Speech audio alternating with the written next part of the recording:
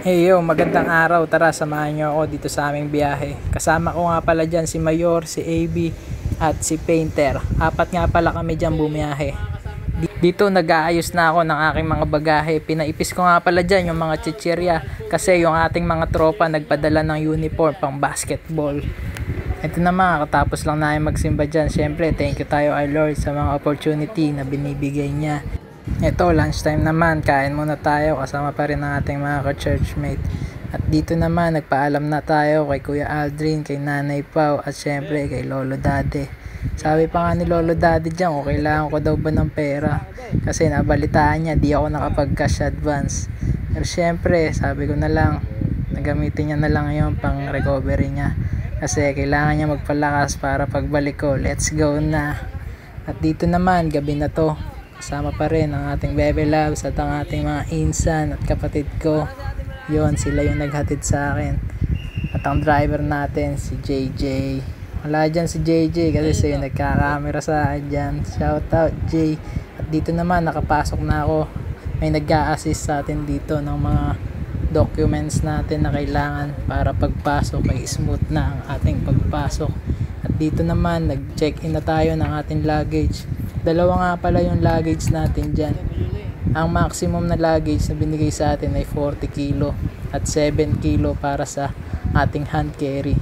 Dito naman, nakapasok na ako pagkatapos ng immigration. Siyempre, hanap muna tayo machichibugan.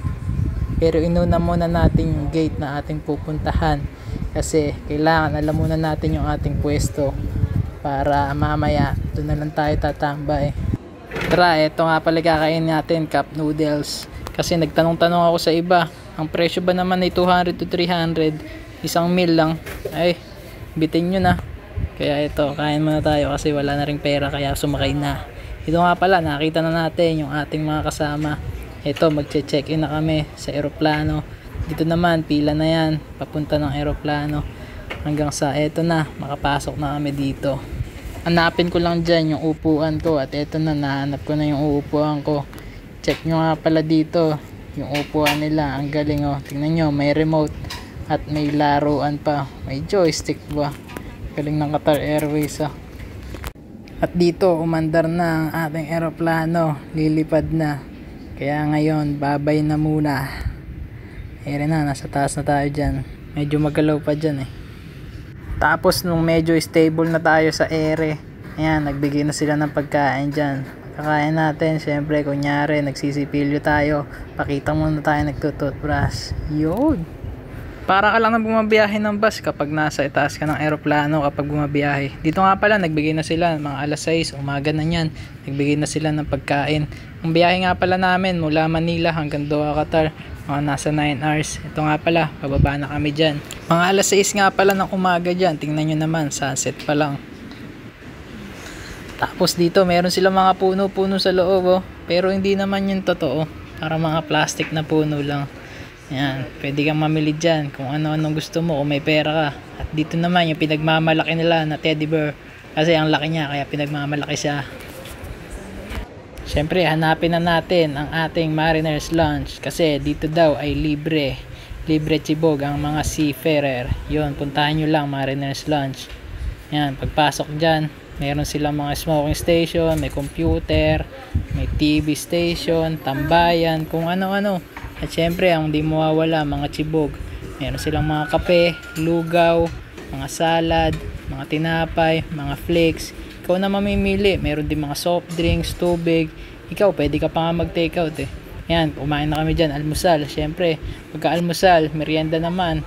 Para pagka-alis, full pack. Yan, tingnan nyo si Pinocchio, pagod na oh. At hinahanap na namin ang aming gate na papasukan. Ayan, pila na dyan. Kasi ang eroplano medyo malayo pa, kaya sasakay muna kami ng bus. Pagkasakay namin ng bus, syempre, nauna na ako sa first. Baka maunahan pa tayo ng last. Yun, parang makabidyo-bidyo tayo dyan sa labas oh. Tingnan nyo naman kalalaki ng eroplano na yan oh. Napakagaling ng mga gumawa niyan. Syempre, mas magaling ang lumikha sa gumawa. Yun. Ito na, dumating na kami sa eroplano. Tingnan nyo naman yung LC o yung turbine o makina na nagpapalipad ng eroplano. Kalaki. Hey, silaw na silaw yan. Pasok na. mga pogi. Syempre pagpasok natin, hanapin muna natin yung ating upuan. May mga number nga pala dyan, hindi ka pwedeng kung saan saan umupo dyan na parang bus. Galing nga pala ng mga bintana dito, dipindot lang, nagdadark na siya. Syempre pagkatapos nyan, lipad na ulit papunta ng Belgium sa Brussels, Belgium. Tingnan nyo naman ang itsura ng Qatar. Ay, puro buhangin. At ganun, Pinas. Tapos ayan, nagbagay na sila ng merienda, tanghalian. Ang tanghalian natin dyan, baka na may mashed potatoes. Minutes nga pala, bababa na tayo ng eroplano. Yun. At dito, tingnan nyo naman yung ulap nila. Sobrang kapal ng ulap. Naalala ko dito sila Dragon Ball. Ayan o, sila Goku. Diyan sila mga nag-e-ensayo. Yun, ito na. Nakababa na tayo sa Brussels, Belgium. Ang ganda rin sa Brussels, ang daming nilang mga puno.